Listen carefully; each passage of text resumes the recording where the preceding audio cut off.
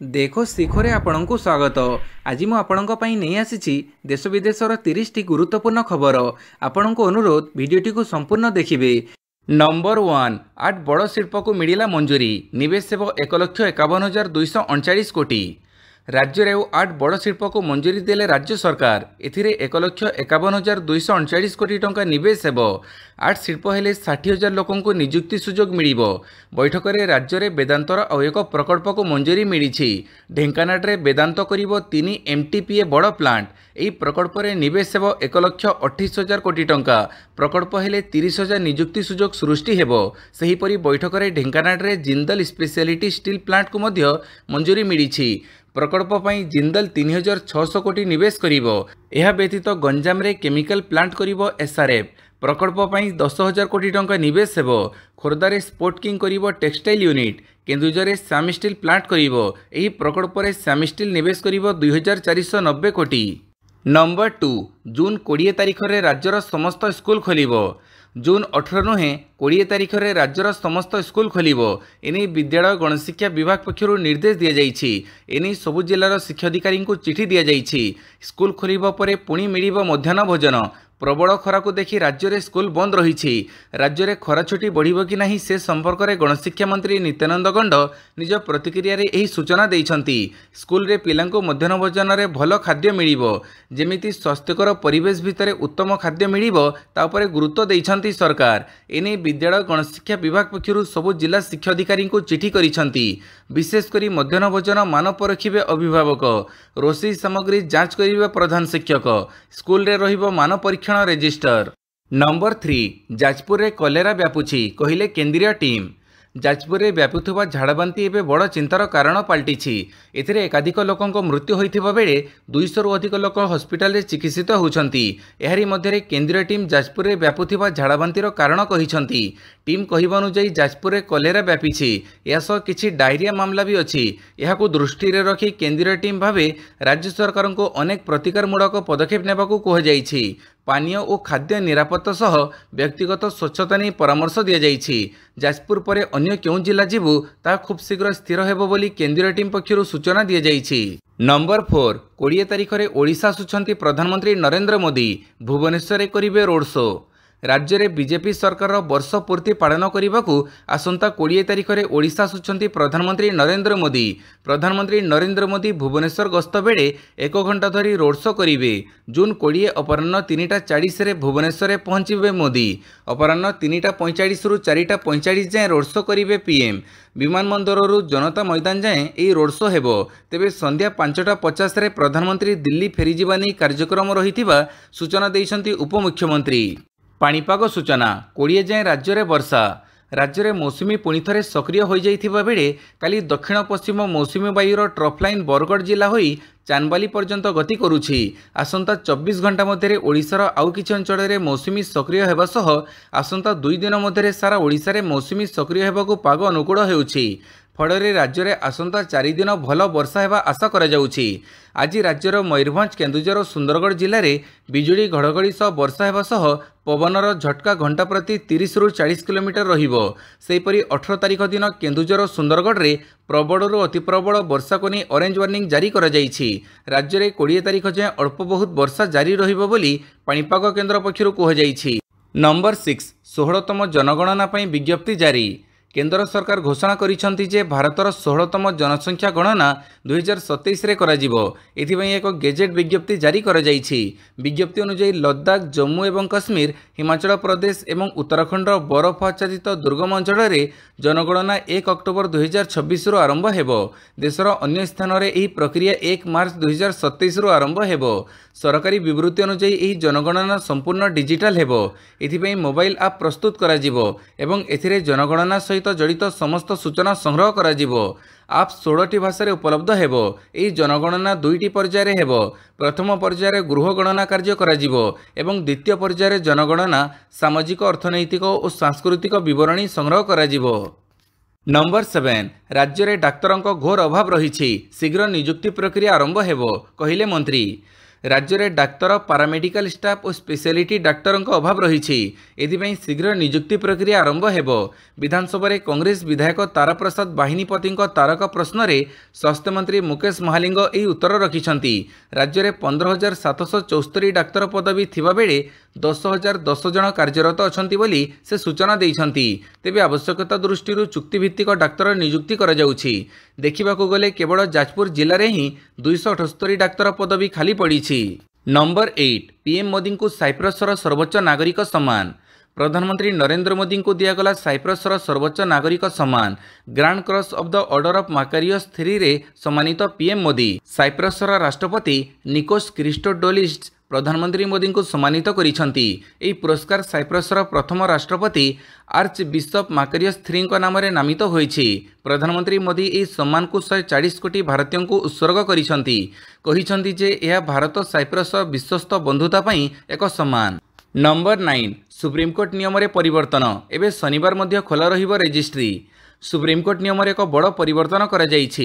एही परिवर्तन राष्ट्रपति मंजूरी रे करा जाइछि। एही संशोधन पर एबे सुप्रीमकोर्ट रेजिस्ट्री और कार्यालय शनिवार मध्य खोला रहिबो। पूर्वर सुप्रीमकोर्ट रेजिस्ट्री कार्यालय शनिवार बंद रहुथिला, हेले एबे संशोधन पर शनिवार सकाळ 10 टारू मध्याह्न 1 पर्यंत रेजिस्ट्री कार्यालय खोला रहिबो। एही परिवर्तन आगामी मासरू लागू हेबो, अर्थात 14 जुलाई 2025 रु कार्यकारी हेबो। एने अधिसूचना मध्य जारी होईछि। नंबर 10 राजधानी होटेल फास्टफुड दुकान रे बीएमसी अधिकारी चढ़ऊ। राज्यर गोटे पर गोटे जिला को झाड़ाबांति व्यापुछि। दूषित पानी और बासी खाद्य जोगुं एभली स्थिति सृष्टि होइथिबा स्वास्थ्य विभाग पक्षरु कहुछि। सुरक्षा को दृष्टि रखी राज्यर विभिन्न स्थान में होटेल ढाबा फास्टफुड दुकान में चढ़ऊ चली। केन्द्रापड़ा जाजपुर भुवनेश्वर सबुठी चढ़ऊ करा जाउछि। राज्यर विभिन्न सहर में डायरिया द्रुत गति व्यापीबा परे Bhubaneswar municipal corporation action mode रे अछि।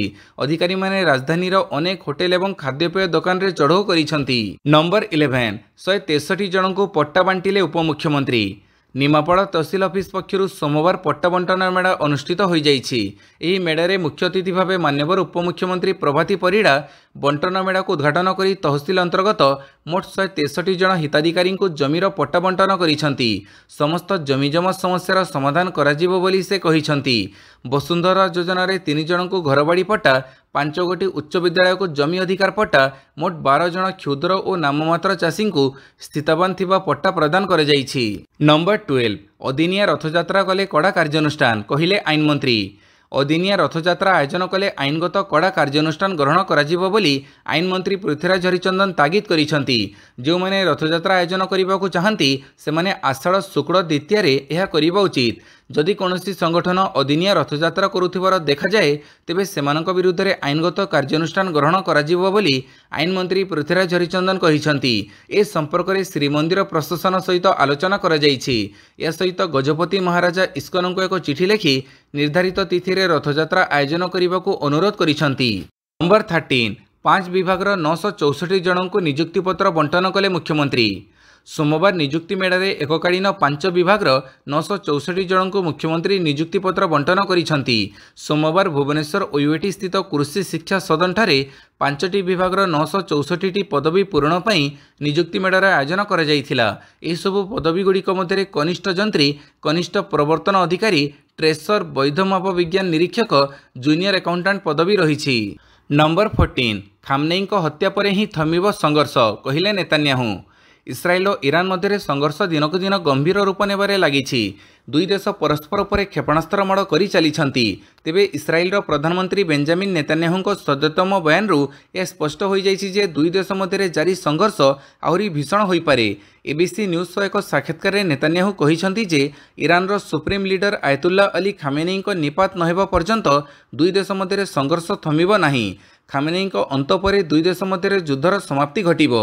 से ईरान विपक्ष में इस्राएल आक्रमण को सठिक बोली कहिसेंती। तांकर उद्देश्य संघर्ष को बढ़ाइबा नुहे बरं एहाकु समाप्त करिबा। नंबर 15 इस्राएल आक्रमण में ईरान रो बहु सांबादिकों मृत्यु। इस्राएल ईरान मध्य आरंभ होइथिबा संघर्ष भयंकर रूप नेइछि। ଇରାନର ସରକାରୀ ରେଡ଼ିଓ ଟେଲିଭିଜନ କୋଠା ଉପରେ ଆକ୍ରମଣ ଯୋଗୁଁ ବହୁ ସାମ୍ବାଦିକଙ୍କର ମୃତ୍ୟୁ ହୋଇଛି। ବହୁ ସଂଖ୍ୟକ ସାମ୍ବାଦିକ ଏହି ଆକ୍ରମଣରେ ଆହତ ହୋଇଛନ୍ତି। ସାମାଜିକ ଗଣମାଧ୍ୟମ ଏକ୍ସରେ ଭାରତରେ ଅବସ୍ଥାପିତ ଇରାନ ଦୂତାବାସ ପକ୍ଷରୁ ଇସ୍ରାଏଲର ଏହି କାର୍ଯ୍ୟାନୁଷ୍ଠାନକୁ ଦୃଢ଼ ନିନ୍ଦା କରାଯିବା ସହିତ ଏହାକୁ ଅପରାଧିକ କାର୍ଯ୍ୟ ବୋଲି ଅଭିହିତ କରାଯାଇଛି। ଏହା ସମସ୍ତ ପ୍ରକାର ଅନ୍ତର୍ଜାତୀୟ ନିୟମକୁ ଉଲ୍ଲଂଘନ କରୁଛି। ଭାରତରେ ସ୍ୱାଧୀନ ଗଣମାଧ୍ୟମଗୁଡ଼ିକ ଏହି ଘଟଣାକୁ ନିନ୍ଦା କରିବାକୁ ମତ ପ୍ରକାଶ ପାଇଛି। ଟେଲିଭିଜନ ପ୍ରସାରଣ ଚାଲିଥିବା ବେଳେ ଇସ୍ରାଏଲ ଆକ୍ରମଣ କରିଥିଲା। ନମ୍ବର 16 ଇସ୍ରାଏଲର ଆତ୍ମରକ୍ଷା ଅଧିକାର ଅଛି। G7 ସଦସ୍ୟ ରାଷ୍ଟ୍ରଙ୍କ ମିଳିତ ବିବୃତ୍ତି। ଇସ୍ରାଏଲ ଏବଂ ଇରାନ ମଧ୍ୟରେ ବଢ଼ୁଥିବା ଉତ୍ତେଜନା ମଧ୍ୟରେ ଆମେରିକା ରାଷ୍ଟ୍ରପତି ଡୋନାଲ୍ଡ ଟ୍ରମ୍ପ ପୁଣି ଥରେ ଇରାନକୁ ଚେତାବନୀ ଦେଇଛନ୍ତି। ରୁଷ ଏବଂ ଚୀନ ଇରାନ ଉପରେ ଆକ୍ରମଣ ପାଇଁ ଇସ୍ରାଏଲକୁ ସମାଲୋଚନା କରିଛନ୍ତି। ଏହି ସମୟରେ G7 ନେତାମାନେ ଏକ ମିଳିତ ବୟାନ ପ୍ରକାଶ କରିଛନ୍ତି, ଯେଉଁଥିରେ ସମସ୍ତେ ଖୋଲାଖୋଲି ଭାବରେ ଇସ୍ରାଏଲ ପକ୍ଷକୁ ସମର୍ଥନ କରିଛନ୍ତି। G7 ନେତାମାନେ ଜୋର ଦେଇଛନ୍ତି ଯେ ଇସ୍ରାଏଲର ନିଜକୁ ରକ୍ଷା କରିବାର ସମ୍ପୂର୍ଣ୍ଣ ଅଧିକାର ଅଛି। ବିବୃତ୍ତିରେ ଏହା ମଧ୍ୟ କୁହାଯାଇଛି ଯେ ଇରାନ ପରମାଣୁ ଅସ୍ତ୍ର ତିଆରି କରିପାରିବ ନାହିଁ। ତେବେ ଉତ୍ତେଜନା ହ୍ରାସ ପାଇଁ ଏହି ବିବୃତ୍ତିରେ କୁହାଯାଇଛି। ଅନ୍ୟପକ୍ଷରେ ଏଥିରେ କୁହାଯାଇଛି ଯେ G7 ନେତାମାନେ ଶକ୍ତି ବଜାର ସମେତ ବଜାର ସ୍ଥିରତାକୁ ରକ୍ଷା କରିବା ପାଇଁ କାମ କରିବେ। ନମ୍ବର 17 ଟ୍ରମ୍ପ ଯଦି ନ୍ୟୁକ୍ଲିୟର ଡିଲ୍ ଚାହୁଁଛନ୍ତି ତ ପ୍ରଥମେ ଇସ୍ରାଏଲକୁ ରୋକନ୍ତୁ, କହିଲେ ଇରାନ ରାଷ୍ଟ୍ରପତି। ଇରାନର ରାଷ୍ଟ୍ରପତି ମସୁଦ ପେଜେସ୍କିଆନ ସିଧାସଳଖ ଇସ୍ରାଏଲର ଆକ୍ରମଣ ସମର୍ଥନ କରିବାକୁ ନେଇ ଆମେରିକା ଉପରେ ଅଭିଯୋଗ ଲଗାଇଛନ୍ତି। ସେ କହିଛନ୍ତି ଯେ ଯଦି ଆମେରିକା କଥାବାର୍ତ୍ତା ପୁଣି ଥରେ ଆରମ୍ଭ କରିବାକୁ ଚାହୁଁଛି ତ ତାକୁ ପ୍ରଥମେ ନିଜର ସହଯୋଗୀ ଇସ୍ରାଏଲର କ୍ଷତ୍ରୀୟ ଆକ୍ରମଣକୁ ରୋକିବାକୁ ହେବ। ଏହା ବ୍ୟତୀତ ଇରାନ, କତାର, ସାଉଦି ଆରବ ଓ ଓମାନକୁ କହିଛି ଯେ ସେମାନେ ଟ୍ରମ୍ପଙ୍କୁ କହିବେ କି ସେ ଇସ୍ରାଏଲ ଉପରେ ତତ୍କାଳ ଯୁଦ୍ଧବିରାମ ପାଇଁ ଚାପ ପକାନ୍ତୁ। ରୟଟର୍ସ ରିପୋର୍ଟ କରିଛି ଯେ 2ଟି ଇରାନୀ ଓ 3ଟି ଆଞ୍ଚଳିକ ସୂତ୍ର ଅନୁସାରେ ଯଦି ଆମେରିକା ଯୁଦ୍ଧବିରତି ଲାଗୁ କରାଏ ତ ଏହା ପ୍ରତି ବଦଳରେ ଇରାନ ଆମେରିକା ସହ ପରମାଣୁ ଆଲୋଚନାରେ ନମ୍ର ଭାବ ଦେଖାଇବ।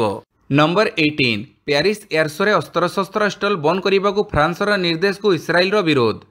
ଫ୍ରାନ୍ସ ଓ ଇସ୍ରାଏଲ ପାରମ୍ପରିକ ମିତ୍ର ରାଷ୍ଟ୍ର। ତେବେ ଗାଜାକୁ ନେଇ ବଢ଼ୁଥିବା କୂଟନୈତିକ ସମ୍ବେଦନଶୀଳତା ମଧ୍ୟରେ ଫ୍ରାନ୍ସ ସୋମବାର ପ୍ୟାରିସ୍ ଏୟାରଶୋରେ ଇସ୍ରାଏଲର ପ୍ରମୁଖ ଡିଫେନ୍ସ କମ୍ପାନୀଙ୍କ ଷ୍ଟଲ୍ ବନ୍ଦ କରିଦେଇଛି। ଫ୍ରାନ୍ସ ସରକାର କହିଛନ୍ତି ଯେ ଏହି କମ୍ପାନୀମାନଙ୍କ ଆକ୍ରମକ ଅସ୍ତ୍ରଶସ୍ତ୍ର ପ୍ରଦର୍ଶନ ଉପରେ ପୂର୍ବରୁ ରୋକ ଥିଲା। ତେବେ ସରକାରଙ୍କ ଏହି ସତର୍କତାକୁ ପ୍ରଦର୍ଶନୀରେ ଅଣଦେଖା କରାଯାଇଛି। ତେବେ ଫ୍ରାନ୍ସର ଏହି ପଦକ୍ଷେପକୁ ଇସ୍ରାଏଲ କଡ଼ା ସମାଲୋଚନା କରିଛି ଓ ଏହା ଫ୍ରାନ୍ସ ଇସ୍ରାଏଲ ସମ୍ପର୍କକୁ ଏକ ଅସହଜ ମୋଡ଼ ଛିଡ଼ା କରିଛି ବୋଲି କହିଛି। ଏୟାରଶୋର କଟକଣାକୁ ଏହା ସ୍ପଷ୍ଟ ହେଉଛି ଯେ ଗାଜା ସଂକଟ ଉପରେ ବୈଶ୍ୱିକ ଦୃଷ୍ଟିକୋଣ ଏବେ ପ୍ରତିରକ୍ଷା ଉଦ୍ୟୋଗକୁ ପ୍ରଭାବିତ କରୁଛି। ନମ୍ବର 19 ଟ୍ରମ୍ପଙ୍କୁ ହତ୍ୟା କରିବାକୁ ଚେଷ୍ଟା କରିଥିଲା ଇରାନ, କହିଲେ ନେତାନ୍ୟାହୁ। ଇରାନ ସହିତ ଉତ୍ତେଜନା ମଧ୍ୟରେ ଇସ୍ରାଏଲ ପ୍ରଧାନମନ୍ତ୍ରୀ ବେଞ୍ଜାମିନ ନେତାନ୍ୟାହୁ ଏକ ବଡ଼ ଦାବି କରିଛନ୍ତି। ସେ କହିଛନ୍ତି ଯେ ଇରାନର ଇସଲାମିକ ସରକାର ଆମେରିକାର ରାଷ୍ଟ୍ରପତି ଡୋନାଲ୍ଡ ଟ୍ରମ୍ପଙ୍କୁ ହତ୍ୟା କରିବାକୁ 2 ଥର ଚେଷ୍ଟା କରିଥିଲା। ଫକ୍ସ ନ୍ୟୁଜ୍କୁ ଏକ ସାକ୍ଷାତକାରରେ ନେତାନ୍ୟାହୁ କହିଛନ୍ତି ସେମାନେ ଟ୍ରମ୍ପଙ୍କୁ ହତ୍ୟା କରିବାକୁ ଚାହାନ୍ତି। ଟ୍ରମ୍ପ ସେମାନଙ୍କ ପାଇଁ ପ୍ରଥମ ଶତ୍ରୁ। ସେ ଜଣେ ଦୃଢ଼ ଏବଂ ନିର୍ଣ୍ଣାୟକ ନେତା। ନେତାନ୍ୟାହୁଙ୍କ ଅନୁଯାୟୀ ଟ୍ରମ୍ପ କେବେ ଇରାନ ସହିତ ଚୁକ୍ତି କରିନଥିଲେ, କିନ୍ତୁ ସିଧାସଳଖ ସେମାନଙ୍କର ପରମାଣୁ ମହତ୍ୱାକାଂକ୍ଷାକୁ ଆଘାତ କରିଥିଲେ। ସେ କାସିମ ସୁଲେମାନିଙ୍କୁ ହତ୍ୟା କରିଥିଲେ ଏବଂ ସ୍ପଷ୍ଟ କରିଥିଲେ ଯେ ଇରାନକୁ ପରମାଣୁ ଅସ୍ତ୍ର ତିଆରି କରିବାକୁ ଅନୁମତି ଦିଆଯାଇପାରିବ ନାହିଁ। ନମ୍ବର 20 NPTରୁ ବାହାରି ପରମାଣୁ ଅସ୍ତ୍ର ତିଆରି କରିବ ଇରାନ। ମଧ୍ୟପ୍ରାଚ୍ୟରେ ଇରାନ ଏବଂ ଇସ୍ରାଏଲ ମଧ୍ୟରେ ଗତ କିଛି ଦିନ ଧରି ଚାଲିଥିବା ଉତ୍ତେଜନା ଚରମରେ ପହଞ୍ଚିଛି। ଏସବୁ ମଧ୍ୟରେ NPTରୁ ବାହାରିବାକୁ ଇରାନ ଘୋଷଣା କରିଛି। ଏହାଫଳରେ ପରମାଣୁ ଅସ୍ତ୍ର ତିଆରି ଦିଗରେ ଇରାନ ନିର୍ବିଘ୍ନରେ ଆଗେଇ ପାରିବ। ସୋମବାର ଇରାନର ବୈଦେଶିକ ମନ୍ତ୍ରଣାଳୟ କହିଛି ଯେ ଇରାନର ସଂସଦ ପରମାଣୁ ଅପ୍ରସାର ଚୁକ୍ତିରୁ ବାହାରିବା ପାଇଁ ଏକ ବିଲ୍ ପ୍ରସ୍ତୁତ କରୁଛି। ତଥାପି ଇରାନର ବୈଦେଶିକ ମନ୍ତ୍ରଣାଳୟର ମୁଖପାତ୍ର ଇସ୍ମାଇଲ ବାଘାଲ କହିଛନ୍ତି ଯେ ଆମେ ପରମାଣୁ ଅସ୍ତ୍ର ତିଆରି କରିବା ସପକ୍ଷରେ ନାହୁଁ। ନମ୍ବର 21 ଯଦି ରୁଷ G8ରେ ଥାନ୍ତା ଯୁଦ୍ଧ ହୋଇନଥାନ୍ତା, କହିଲେ ଟ୍ରମ୍ପ।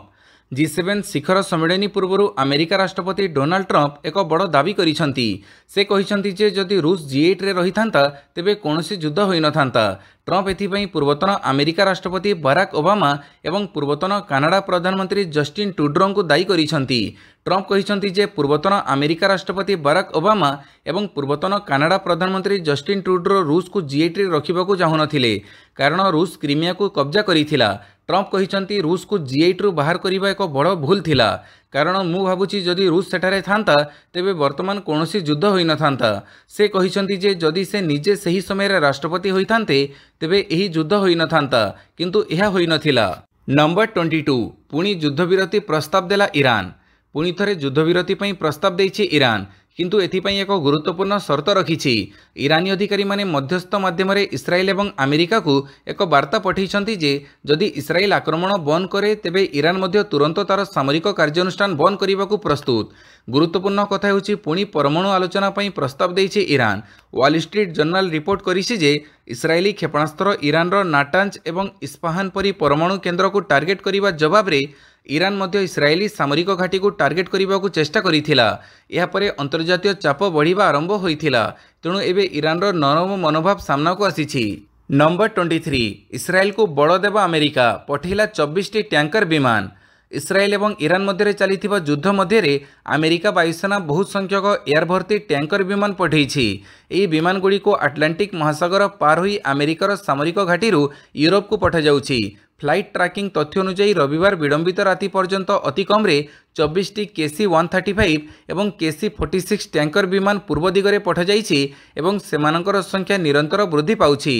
अमेरिका प्रतिरक्षा मंत्रालय एही मुतयन उद्देश्य विषय एपर्यंत कौनसी सरकारी विवृत्ति देई नाही। पूर्वरु मध्य सीरिया एवं इराक रे संघर्ष समय रे अमेरिका समान टैंकर विमान साहाय्य तार सहयोगी वायु अभियान को समर्थन करिथिला। नंबर 24 ईरान को शाहीन 3 क्षेपणास्त्र पठेइबो पाकिस्तान। इस्राएल सहित युद्ध मध्य पाकिस्तान ईरान को मध्यम दूरगामी बालिस्टिक क्षेपणास्त्र जोगेइबाकू प्रस्तुत हेउछि। गुप्तचर सूत्रगुड़िक यह सूचना देइछन्ति जे जदि इस्राएल एवं ईरान मध्य युद्ध आहुरी तीव्र हुए तेबे पाकिस्तान ईरान को अस्त्रशस्त्र जोगेइबो। केतेक रिपोर्ट अनुसार पाकिस्तान इतिमध्य ईरान को क्षेपणास्त्र पठेइलाणी।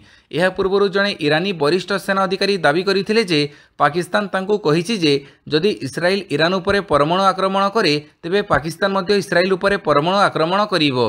तेबे पाकिस्तानी प्रतिरक्षा मंत्री ख्वाजा आसिफ एही दाबीगुड़िक अस्वीकार करिसंती।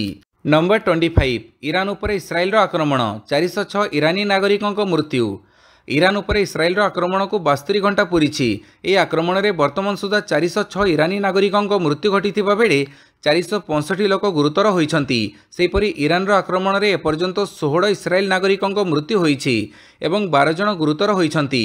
गत 72 घंटे इस्राएल ईरान भित्तिभूमि को टार्गेट करिछि। इस्राएल दाबी करिछि जे गत 24 घंटा मध्य से तांको देश एवं तेहरान मध्य एक वायु कॉरिडोर सृष्टि करिछि। अर्थात इस्राएल दाबी अनुसार एबे इस्राएल वायुसेना निज देशरू तेहरान मध्य निज विमान उड़ाई पारिबे एवं युद्ध मध्य करिबे। एहारी मध्य इस्राएल ईरान उपरे बहु दूररू आक्रमण करिछि। इस्राएल वायुसेना द्वारा ईरान विमान उपरे आक्रमण करा जाइछि। नंबर 26 युद्ध मध्य ईरान को सहयोग कला तुर्कमेनिस्तान खोलीदेला निज सीमा। इस्राएल घन घन आक्रमण में त्रस्त ईरान सहायता निमंते एक छोट देश सामना को आसी। एही देश होची तुर्कमेनिस्तान, जी तुर्कमेनिस्तान ईरान छाड़ी जाउथबा नागरिकों निमंते निजर सीमा खोली देइछि। एही रास्तारे तुर्कमेनिस्तान ईरान रे फसी रहिथिबा निज नागरिक कूटनीतिज्ञ और सेमानक परिवारों को मध्य बाहर करिछि। ईरान राजधानी तेहरान उपरे इस्राएल भीषण आक्रमण जारी रहिछि। इस्राएल एयरफोर्स ड्रोन और क्षेपणास्त्र ईरान सर्वनाश करिबारे लागिछन्ति। लोके सहर छाड़ी पलायन करिबारे लागिछन्ति। एथिरे तुर्कमेनिस्तान राष्ट्रपति सरदार बर्दी मुहामेदोव देशर बॉर्डर खोली ईरान को आश्वस्त करिछन्ति। नंबर 28 जातीय कराटे ओडिशा को 8 स्वर्ण 36 पदक।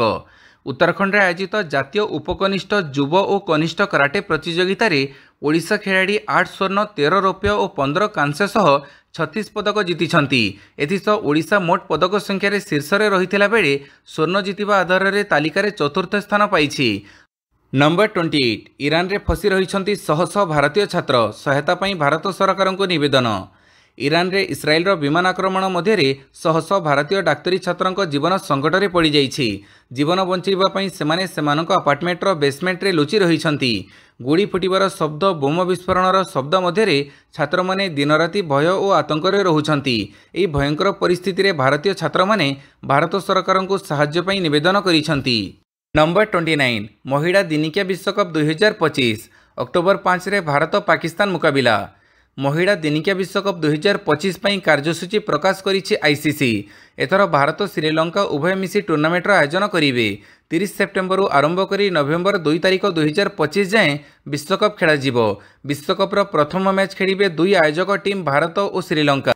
सेप्टेम्बर 30 तारिख में बेंगलुरुर एम चिन्नास्वामी स्टेडियम रे दुई टीम मुहांमुही हेबे। सेहीपरि गत थर विश्वकप चैंपियन होइतिबो ऑस्ट्रेलिया अक्टोबर 1 तारिख में न्यूजीलैंड को भेटिबो। एही मैच इंदोर रे खेला जिवो। न्यूजीलैंड मध्य गत थर आईसीसी महिला T20 विश्वकप्र विजेता होइछि। तेबे भारत और पाकिस्तान मध्य अक्टोबर 5 तारिख श्रीलंकार कोलंबो रे खेला जिवो। नंबर 30 दुर्नीति मामलें बांग्लादेश क्रिकेटर साकिबुल हसन लागिला ब्यान। दुर्नीति मामलार Bangladesh cricketer Shakibul Hasan travel ban लगेले कोर्ट। ढाकार एक कोर्ट पूर्वतन आवामी लीग सांसद एवं क्रिकेटर राजनेता होइथिबा साकिबुल हसन समेत 15 जनक दुर्नीति मामलें यात्रा प्रतिबंधक लगेइछंती। भिडियोटी को संपूर्ण देखिथिबारु बहुत बहुत धन्यवाद।